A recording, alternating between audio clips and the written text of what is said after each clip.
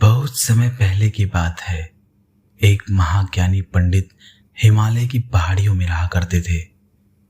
लोगों के बीच रहकर वह थक चुके थे और अब ईश्वर की भक्ति करते हुए सारा जीवन व्यतीत करना चाहते थे।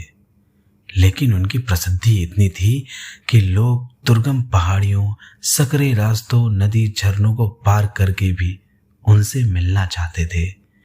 उनका यह मानना था कि यह विद्वान उनकी हर समस्या का समाधान कर सकता है। लेकिन इस बार कुछ लोग ढूंढते हुए उनकी कुटिया तक आ पहुंचे। पंडित जी ने उन्हें इंतजार करने के लिए कहा। उन लोगों को इंतजार करते करते 3 दिन बीत गए। अब और भी कई लोग वहां पहुंच गए। जब लोगों के लिए जगह कम पड़ने लगी तब पंडित जी बोले, आज मैं आप सभी के प्रश्नों का उत्तर दूंगा, पर आपको वचन देना होगा कि यहां से जाने के बाद आप किसी और से इस स्थान के बारे में नहीं बताएंगे, ताकि आज के बाद मैं एकांत में रहकर अपनी साधना कर सकूं। चलिए, अपनी अपनी समस्याएं बताइए। यह सुनते ही किसी ने अपनी परेशानी बतानी शुरू की, लेकिन वह अभी कुछ शब्द बोल ही पाया था कि बीच में किसी और ने अपनी बात कहनी शुरू कर दी। सभी जानते थे कि आज के बाद उन्हें कभी भी पंडित जी से बात करने का दोबारा मौका नहीं मिलेगा। इसीलिए वे सब जल्दी जल्दी से अपनी बात रखना चाहते थे। कुछ ही देर में वहां का दृश्य ऐसा हो गया जैसे कोई मछली मार्केट में खड़ा हो।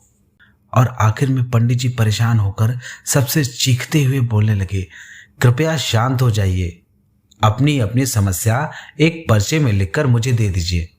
सभी ने अपनी अपनी समस्याएं लिखकर आगे बढ़ा दी।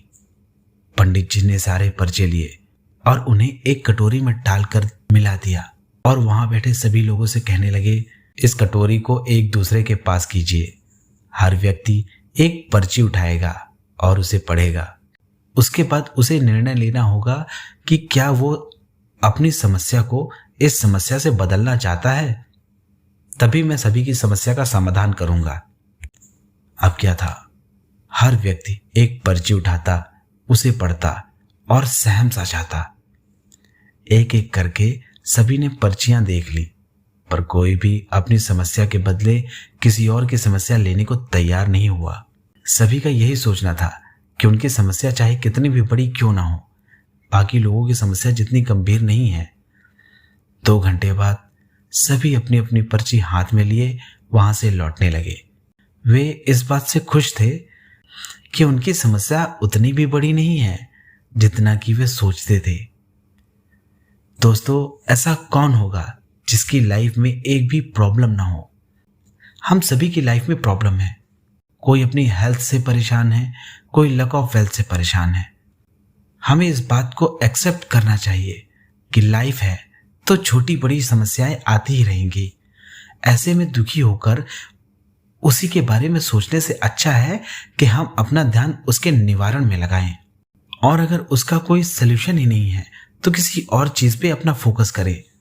हम सभी को ऐसा लगता है कि सबसे बड़ी समस्या हमारी ही है, पर यकीन मानिए तो इस दुनिया में लोगों के पास इतनी बड़ी बड़ी प्रॉब्लम्स हैं कि हमारी तो उनके सामने कुछ भी नहीं है।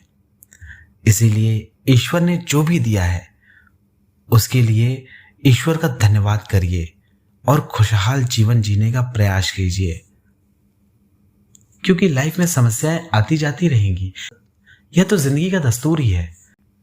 तो फिर उन प्रॉब्लम के लिए अपने आप को हमेशा ब्लेम करते रहना और हमेशा प्रॉब्लम में फंसे रहना, अपने आप को कोसते रहना, ये कोई सलूशन नहीं है।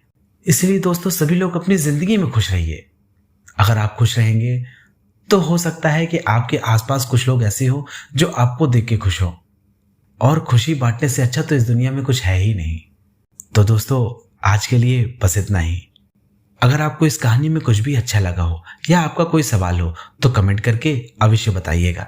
और अगर आपको यह कहानी अच्छी लगी हो तो प्लीज़ चैनल को सब्सक्राइब करके हमें मोटिवेट ज़रूर कीजिएगा कि हम आप लोगों के लिए ऐसे ही अच्छी और ज्ञानवर्धक कहानियाँ रोज़ ही लेकर आते रहें।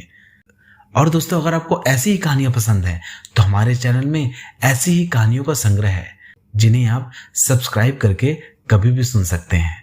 तो दोस्तों, आज के लिए बस इतना ही। कल फिर मिलते हैं किसी और नई कहानी के साथ हम लोग। तब तक के लिए नमस्कार।